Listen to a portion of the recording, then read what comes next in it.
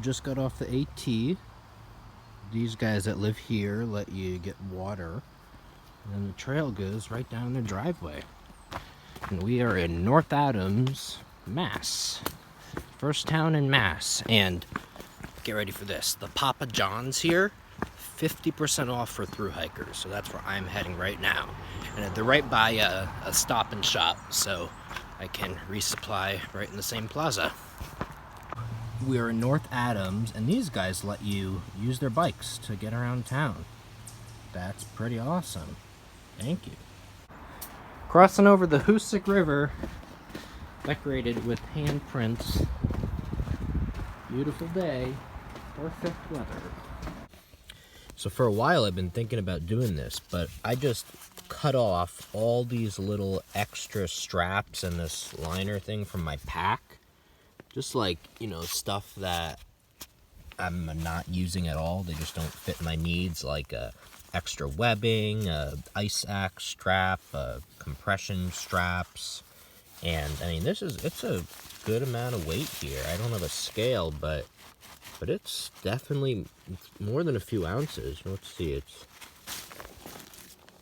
probably a little bit less than the Sawyer, but it's a couple ounces, so I'm happy. I mean, no sense in carrying stuff that, you know, for months that I'm not going to use. Just approaching the summit of Greylock. There's some picnic tables, a little shelter up there. There's that neat contraption. It looks cool. There's a lodge called the Bascom Lodge up here. They have a restaurant, so I'm gonna go get a burger. They have bunks for $35 for thru hikers, so I think I'm gonna spend the night here because haven't showered in a while and I need to charge up my stuff. But Greylock is the highest peak in Massachusetts. Wasn't too bad of a climb up here. The last quarter mile was steep, but not bad. Sweet View, Massachusetts.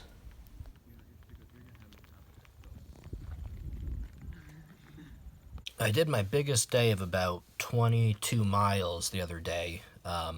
This was it was into North Adams, Mass, and I was motivated because there's a half off, 50% off Papa John's there, so I was trying to get there for dinner time. And I didn't have food for that dinner packed. So, but I'm learning. I've only done like 3 big days, like above 20, and every time I do one, I know like that's kind of my limit. My feet got pretty torn up from that. Like I just showered, so it might be hard to see, but like they're kind of torn up right there, and it was hurting the last mile or two. Getting some hot spots and blisters starting to form. So I'm not gonna really do those anymore. Now, granted, it could be shoes and, you know, maybe another pair I'll be able to do those miles, but also I was just so exhausted afterwards. Like I went to bed 10:30 and I slept all like 12 hours and didn't leave till later in the day. So I'm learning like my max is probably, you know, I think my average is like 16 or so, but you know, maybe I can do like an 18, 19, something like that. But basically when the terrain for that day was basically pretty much flat and smooth, and I can do a solid like 3 miles an hour, which is a pretty fast pace. But it's a lot. It's a lot of just repetitive motion on the body there. Sweet Sunset, Massachusetts. A lot of people up here.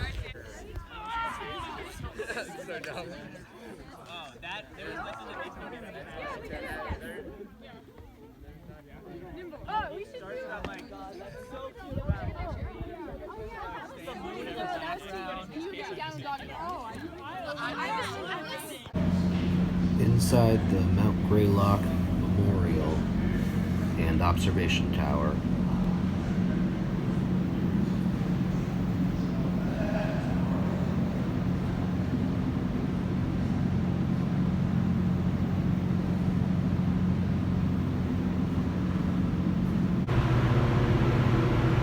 Going up to the top of the Mount Greylock World War Memorial / observation tower.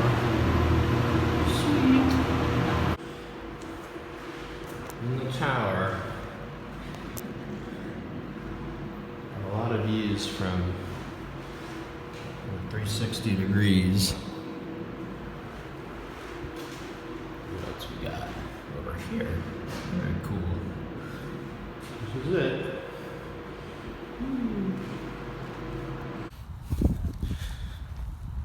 This was all corn. Halloween is coming. So currently on the south side of Dalton, Mass, and just wanted to point out, when you walk down this road here, if you're going north, it's on your left. If you're going south, it's on your right. But there's a yard with trekking poles in it, and some guy was telling me that there's a guy there that lets you stay there. So didn't check it out, but you can check it out and ask when you walk by. Also, so in Dalton, Mass, yesterday, when I was coming down off of Greylock, I ran into these two very nice folks, Bill and Carolyn, and we got talking. We had lunch together, and they ended up inviting me to stay at their place last night, which was super awesome. So thank you both very much if you're watching this. Got a shower in, had some pizza, watched some TV, good conversation. So very good people. Thank you both. It was great to meet you both. This is the Cookie Lady's place. She's very famous, and the Cookie Man also. These are the rules here, but I got a soda and candy bar and some awesome cookies, and I talked with Roy for a little bit and had my lunch on the porch. Yeah, if you want a tent here, just talk to them, and you can like help out with mowing the lawn or something and stay here. So thank you guys so much for doing what you do. So I'm at the Cookie Lady's place and thought this is interesting. It shows all the people who have stayed here or visited here, like the states that they're from. So got a lot from New England, down in Georgia, Florida, some from the Midwest, and then you can't really see that, but all these countries too. Awesome.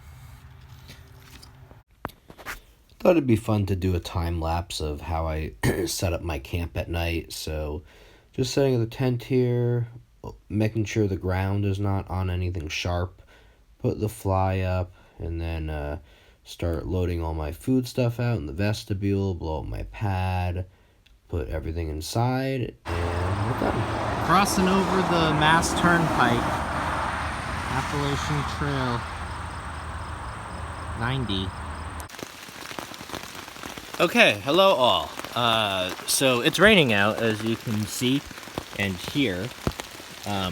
Just want to show what I do, like getting out of camp in the morning when it's raining / hiking. Wearing just my shorts.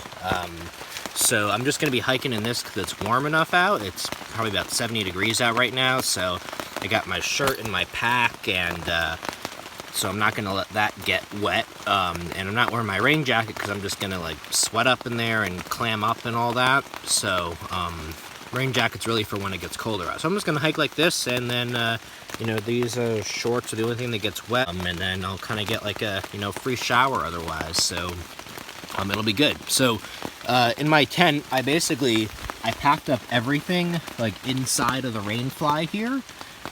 So none of that stuff got wet when I was packing it, and I was able to actually I unclipped all this stuff kind of from the outside. So I got my tent body unclipped, and then I unclipped all the corners of the body, and I actually just put just temporarily to hold it, I put the pole through the little clip on the end of the rainfly there, and it's just holding it. So I can take my stakes out. So then I can pack this up, that'll stay dry. I can pack everything up, and I'll just be on the ground inside of my fly here. And then I just get up and pack all this up, throw it in my pack, and I'll just hike. As far as waterproofing in my pack, I just have a trash compactor bag in there. It's like a little just white garbage bag, and that has my jacket, my insulated jacket, my extra clothes, my quilt, and my pad. And then I have a couple zipped blocks. I have one for toilet paper, one for electronics, which is double zipped, and then one for toiletries, and then my food bag, and everything else on the outside, water bottle, rain jacket, that stuff can all get wet. This is where Shays Rebellion was, the last battle. 1787 on the AT, right near it. Massachusetts, Connecticut border. Oh yeah. Yeah, so I'm here. I remember this. This is where I left off, right at this Sages Ravine. That says welcome to Massachusetts up there. I left off here in January. Yeah. So this is technically not the Mass-Connecticut border. The real border is something like a half-mile-ish down that way. This is the section, this is the line where the Massachusetts and Connecticut chapters that maintain the trails change responsibility. So apparently somewhere over there is a road, Mount Washington Road. So basically I'm done on the trail right now. I don't want to hike any more trail than I have to. You might think that seems silly considering I'm doing the whole AT, but I just mentally it's hard to re-hike a section, at least while I'm doing this through hike. So there's a road that should be like less than a quarter mile somewhere. So I'm gonna look on my phone and figure out the best way to get to the nearest road, which should be Mount Washington Road, which is right off of 41. And my uncle's gonna pick me up, and we're gonna get some pizza, so thank you. And then I'll find my way home, and should be home tonight. So I came out of the woods on that trail there and got onto this road, and it took a little ingenuity. It ended up being like a 1.5 mile hike, but basically I was just referencing either Google Maps or this other app that I have called Pocket Earth, and it kind of shows trails and where you are GPS wise. So I went up the AT a little bit, and I was just looking like, all right, there's this, like I'm meeting someone at Route 41 intersection and this road, Mount Washington Road. And so I was just looking like, all right, if I head in that direction, I go there, just kind of going on the trail. And then I ended up taking the AT up a little bit, and then there was a side trail, not marked, it had logs in front of it, like, hey, if you're going on the AT, don't accidentally go this way. And I just kind of followed that, and it was a trail that was definitely worn, not as well worn as the AT, but I wasn't bushwhacking by any means.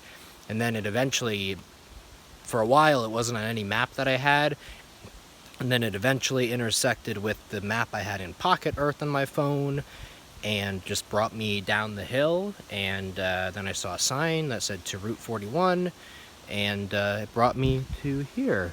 And Route 41 should be right up that road there. It should be like a quarter mile from there. So super happy and proud of myself that I did that. Just figured it out.